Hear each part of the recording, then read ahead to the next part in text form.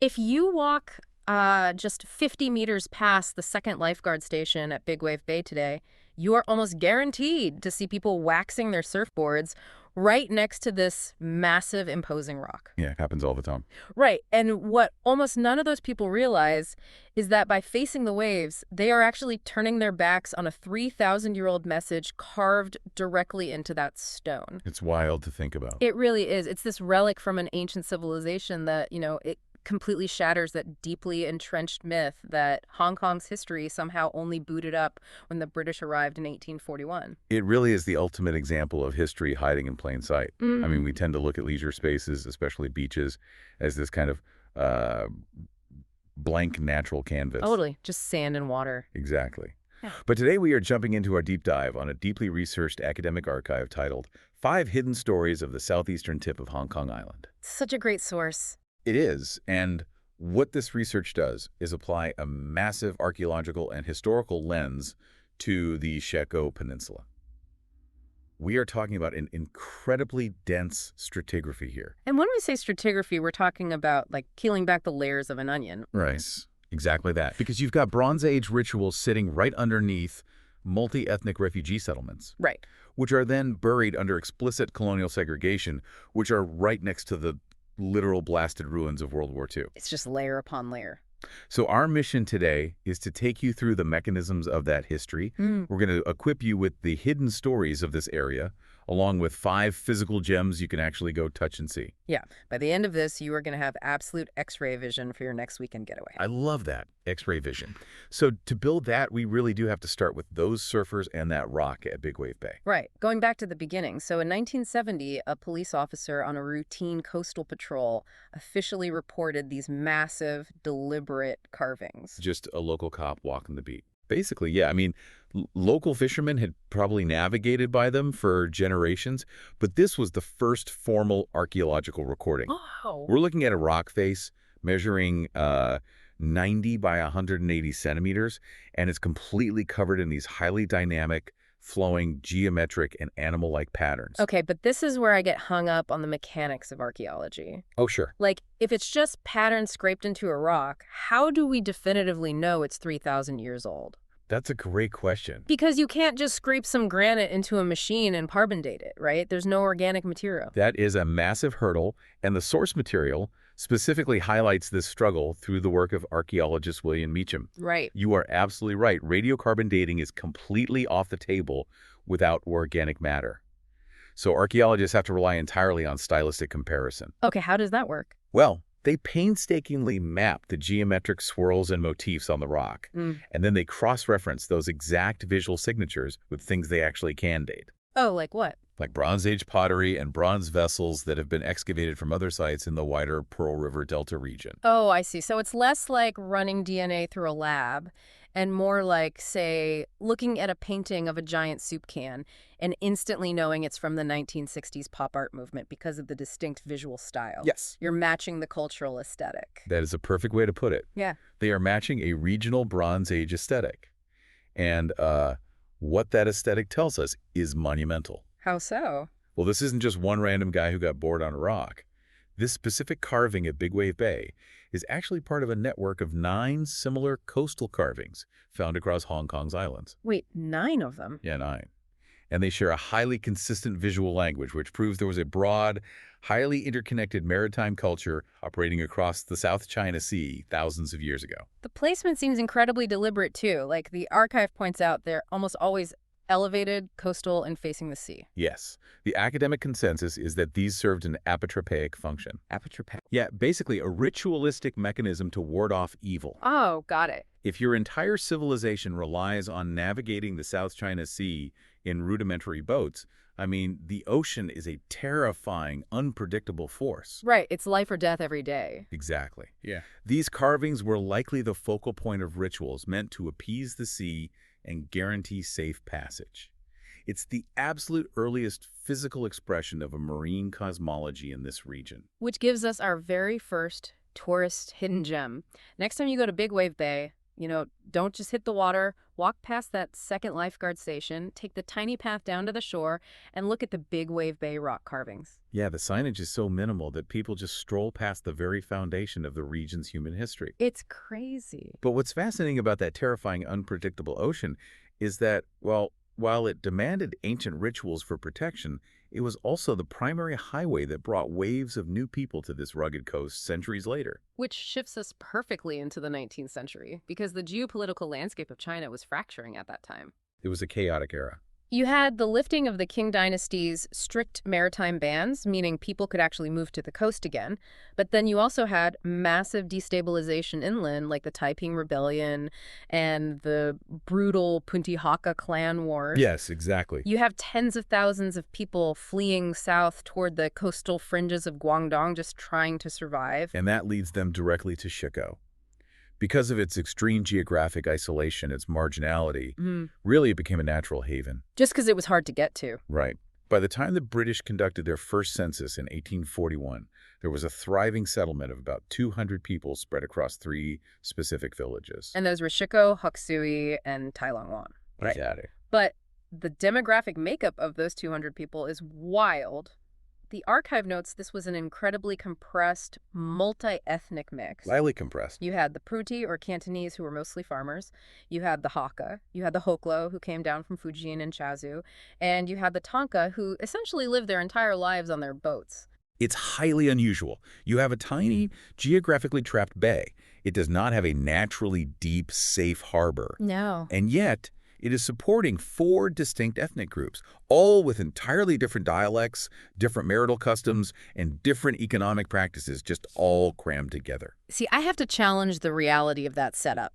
Okay, why is that? Well, if you take 4 distinct groups, all fleeing trauma and resource scarcity, and you cram them into an isolated bay with limited arable land and unpredictable fishing yields, I mean, wasn't that just a pressure cooker? It sounds like a disaster waiting to happen. Right. Human nature suggests that should have immediately devolved into constant turf wars. You would completely expect that, especially given that clan wars were exactly what many of them were fleeing in the first place. Yeah.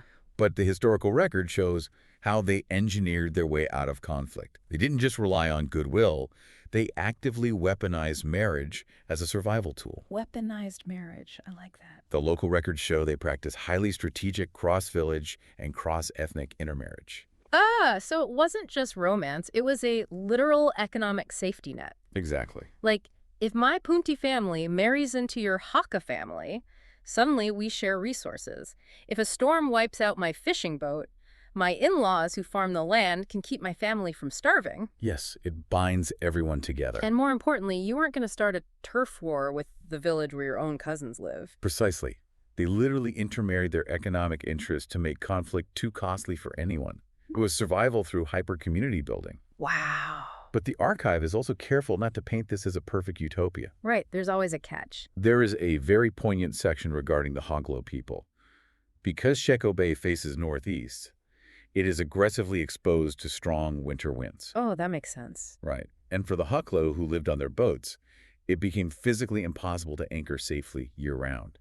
So their economic base just eroded over time. And the research highlights an oral history from an elderly resident, Sarah ENG, that tracks this perfectly. It does. She recalled that when she was a little girl, she could easily understand and speak the Hoklo dialect in the village. But as she grew older, the language just slowly vanished. It's a powerful mechanism of cultural assimilation. There was no oppressive government forcing them to stop speaking Hoklo. Right, no laws banning it. No, the brutal geography simply made their way of life unviable, and the minority culture quietly faded into the majority as the generations shifted. It changes how you look at the area today.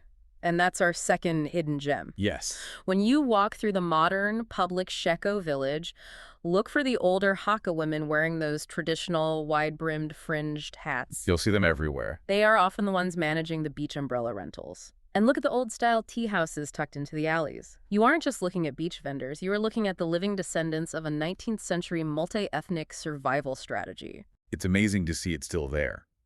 But the great irony of Shek O is that the exact same hostile, isolated geography that made it a sanctuary for those refugees Well, it suddenly made it incredibly attractive to a totally different demographic in the 1920s. Right. If you're a refugee, isolation means safety. If you're a British colonial elite in the 1920s, isolation means exclusivity. Exactly. The colonial upper class was desperate for a private playground, completely removed from the dense, crowded, multi-ethnic reality of Victoria City. This is where we see the machinery of colonial spatial politics kick into high gear. Okay. In 1919, the colonial government granted the Shek O Development Company, which, by the way, was a syndicate of 44 highly influential British elites from massive firms like Jardine Matheson and Butterfield and Swire. Just the absolute top of the food chain. Right. They granted them the right to essentially carve out an exclusive European-only resort. And they didn't just build a resort on empty land. No, they didn't. To build the Shek O Country Club, the luxury villas, and the massive golf course, they had to legally evict the original Chinese villagers who were living on the prime, flatter land of the peninsula. Yeah. They pushed them south, forcing them into the denser, more marginal land where the current public village sits today. And we need to understand the legal mechanism of how this worked. It wasn't just wealth buying out poverty. Oh, it was formalized. It was hard-coded racial segregation written into the land leases. It perfectly mirrored the infamous 1904 Peak District Reservation Ordinance, which actually legally banned Chinese residents from living on Victoria Peak. Wow. The colonial government used zoning laws and highly restrictive covenants to ensure this new Shek O enclave remained strictly European. What's wild to me is how the archive addresses the official documentation of this era. The paperwork. Yeah. If you go into the colonial records, there are mountains of paperwork celebrating the British architectural firms like Palmer and Turner who designed the club. Oh, they loved patting themselves on the back. There are meticulous records of the golf course landscaping, but the displacement of the villagers, the inadequate compensation for uprooting their multi-generational homes. It is a deliberate archival silence. A deliberate silence. The bureaucracy meticulously recorded the aesthetic achievements of the empire while completely erasing the structural violence required to build them. The displaced fishermen are just nameless, landless ghosts in the official record. Which makes our third hidden gem so visceral. Oh, absolutely. When you visit today, you don't just have to imagine the segregation, you can walk right up to it. Find the transition zone where the ultra-private Shek O Country Club meets the public village. You literally can't miss it. You will see a stark, physical boundary wall. On one side, sweeping, manicured golf greens. On the other, the tightly packed organic layout of the village. It is a literal scar in the landscape from 1920s racial zoning. You can touch the dividing line of that history. And that spatial reality survived long after the actual racist laws were repealed after World War II. Yeah, once the wealth and land ownership patterns are set in stone, the wall just stays up. But while those colonial elites were busy perfecting their golf swings in the 1920s and 30s, the geopolitical reality of the world was darkening fast. It was. The British Empire suddenly had to worry about defending this playground. We're shifting our focus slightly south down the peninsula to Cape d'Aguilar, also known as Hok Tsui. Yes. This area represents the hard, mechanical realities of imperial power. It actually started with trade, though. Right. In 1875, they built the Cape d'Aguilar Lighthouse. This was a massive deal, the very first lighthouse in Hong Kong. And it was equipped with a first-order Fresnel lens. Okay, stop right there. I read that in the source, but what makes a Fresnel lens such a technological leap for the 1870s? Well, before Fresnel, lighthouses just used massive fires or basic reflectors, which, they lost most of their light. Right, it just scatters everywhere. Exactly. A Fresnel lens uses a highly complex array of concentric glass prisms. It captures all the scattered light from a central lamp and bends it into one intensely focused horizontal beam that can pierce through miles of fog and darkness. Oh, wow. It was cutting-edge technology designed to secure the shipping lanes that were the absolute lifeblood of the British Empire's economy. But the lighthouse actually became functionally obsolete pretty quickly, right? Because they built a better positioned one on Waglan Island. Yes, that's true. So the Cape goes quiet for a bit, but then the 1930s roll around. The threat of a Japanese invasion is escalating rapidly.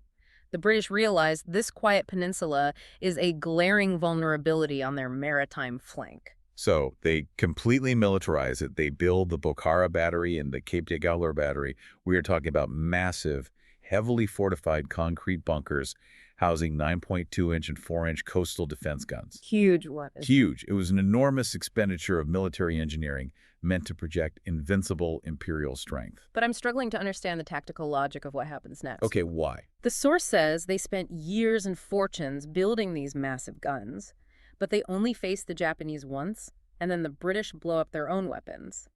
Were the guns just fundamentally flawed, or did the nature of the war make coastal defense completely useless? It was the terrifying speed and nature of the Japanese advance. Okay. In December 1941, the Japanese didn't just attack from the sea where these guns were pointing, they swept down rapidly through the new territories and the Kowloon Peninsula. Oh, they came from behind. Exactly. The entire defense of Hong Kong was collapsing in a matter of days. By December 19th, the British forces at Cape d'Aguilar were cut off and forced to retreat. So they blew them up so the Japanese couldn't turn the guns around and fire them back at British ships or remaining strongholds? Exactly. It's a standard policy of tactical denial. But symbolically, it is devastating. The Royal Engineers had to pack their own state-of-the-art fortifications with explosives and detonate them. That's rough. The archives emphasizes how those blasted concrete ruins perfectly symbolize the sudden, catastrophic implosion of the empire. All that posturing, all that concrete, and it ended in self-destruction. And there is a real sting in the naming politics of the Cape, too. Oh, absolutely. The Cape and the lighthouse are named after Major General Sir George Charles de Villars, who was a British commander back in the 1840s. Right. His name is permanently stamped onto the geography. Meanwhile, the indigenous villagers of Hok Sui, the people who navigated the waters long before the military arrived and who stayed long after the military retreated, are completely absent from the imperial maps. Which sets up our fourth hidden gem. Today, you can take an incredible hike out to Cape d'Aguilar. It's a great hike. You can see the lighthouse, which has been fully automated and put back to work, but then you can venture off to find the abandoned World War II batteries. It feels like an Indiana Jones expedition. It really does. You are hiking through thick vines and jungles to find these massive, blasted concrete gun emplacements. And when you stand inside them, you realize you aren't just at a cool spot for an Instagram photo. You are standing exactly where those engineers had to make the agonizing choice to destroy their own defenses. It completely shifts your perspective. Right. Empires fall. Yep. The military bases crumble into the jungle. The colonial elites retreat or flee. But the people who remained, the original villagers, they still had to survive. Yes, they did. And for them, the ultimate power dictating their daily lives wasn't the British military or the Japanese army. It was always the ocean. Always the ocean. Which brings us to our final story, the spiritual infrastructure of Shek O. When a community is entirely dependent on the sea, and there is no government safety net like, no insurance payouts, if a typhoon sinks your fishing fleet, you have to build a different kind of resilience. Right. You build spiritual infrastructure. In 1891, the villagers formalized this by building the Tin Hau Temple, dedicated to the goddess of the sea. And connected to this temple is an incredibly elaborate purification festival that happens every 10 years called the Tai Ping Ching Chiu, or the Dejiao Festival. It is a massive, multi-day Taoist ritual. It involves complex public confessions, inviting deities to bless the space, and crucial rituals to pacify and save the souls of those who drowned at sea. Wow. It acts as a deep psychological release valve for a community doing incredibly dangerous work. The archive calls it a social insurance policy, and one of the most visually stunning parts of this is the P6 parade. Oh yes, the floating colors parade. If you've never seen it, it looks like magic. It really does. Young children are dressed in elaborate costumes representing deities or historical figures, and they are paraded through the streets on floats. But through clever engineering, using hidden steel rods extending from the floats up through their clothing, the children appear to be effortlessly flying or floating in midair above the crowds. It's an incredible spectacle. But the detail in the research that absolutely blew my mind isn't the visual of the parade, it's the underlying economics. Ah, yes. Like, who actually pays the massive costs to organize this multi-day festival every 10 years? This is where all the historical layers beautifully connect. The festival is uniquely co-funded and organized by an alliance of 3 specific villages, Shek O, Big Wave Bay, and Hok Sui. Those are the exact same 3 villages from the 1841 census. Yeah. The exact same villages that used strategic intermarriage to prevent turf wars in the 19th century are still pooling their money today to fund this festival. It's a stunning continuity. Yeah. Whether you are a descendant of the Hakka farmers, the Hoklo boat dwellers, or even a modern expat who just moved to the village, The community bands together for this. That's amazing. It proves that this religious ritual isn't just about faith, it is the ultimate community glue. The social and spiritual alliance has proven to be vastly more durable than any colonial administration, any military bunker, or any zoning law. And that is our fifth and final hidden gem, the Tin Hau Temple in Shek O. On a normal Tuesday, it just looks like a quiet, beautifully preserved 19th century building with ornate murals. Yeah. But you have to view it knowing that every 10 years, it becomes the beating heart of a massive, living cultural heritage event. It's the only regular Dajiao festival of its kind still happening on Hong Kong Island. It is a living, breathing tradition, not just a museum piece. When you look at all 5 of these stories together, the research highlights a brilliant central theme: the double-edged sword of marginality. Yeah, that isolation. Shek O's extreme remoteness is the engine driving its entire history. Right. The geographic isolation is exactly what protected the Bronze Age carvings from being destroyed by early urban development. Right. It's what made the bay a safe harbor for refugees fleeing clan wars. It's the exact same isolation that later drew the colonial elites who wanted to build a private, segregated enclave. It's what made the peninsula a vulnerable flank that required massive military fortification. And ultimately, that remoteness is what insulated and preserved this rare 10-year cultural festival while the rest of Hong Kong Island rapidly modernized. It is a single piece of geography that has been continually painted over by 3,000 years of competing human needs: survival, exclusivity, defense, and spirituality. Perfectly said. You really couldn't script a more complex, layered history for a place that most people just drive to on a Sunday to get a tan. But now you don't just see the sand. You see the mechanisms of survival. You see the invisible lines of racial zoning, the economic strategies of intermarriage, and the spiritual alliances that outlasted empires. You've got the X-ray vision. So we want to leave you with a final thought to chew on. Yeah. The next time you pack your bag and head out to your absolute favorite local park, beach, or weekend getaway, look closely at the pristine sand and the perfectly quiet trees, and ask yourself whose history was erased and whose struggles were buried to make this space look so perfectly peaceful today.